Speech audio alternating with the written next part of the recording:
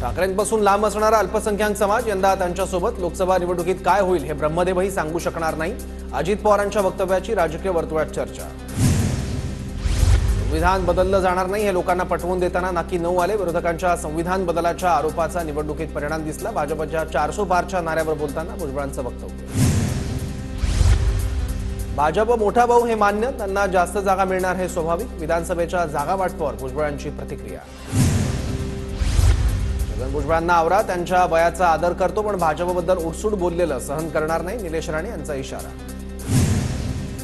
पुणे अपघात प्रकरणात अजित पवारांची नार्को टेस्ट करा, सामाजिक कार्यकर्त्या अंजली दमानिया यांची मागणी। पोलीस आयुक्तांना फोन केला होता की नाही स्पष्ट सांगा, दमानियांचा सवाल।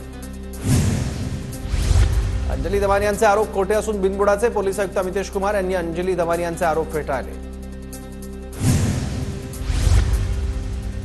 फडणवीसांनी गृहमंत्री पदाचा राजीनामा द्यावा, काँग्रेसचे नेते नाना पटोले यांची मागणी।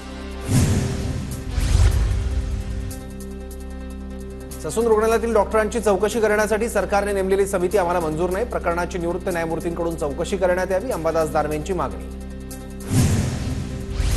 सुषमा अंधारेंकडून चौकशी समितीच्या अध्यक्ष बदलण्याची मागणी। डॉक्टर सापळेंवर शिंदे गटाच्या आमदार यामिनी जाधवांचे आरोप असल्याचं अंधारेंचं वक्तव्य।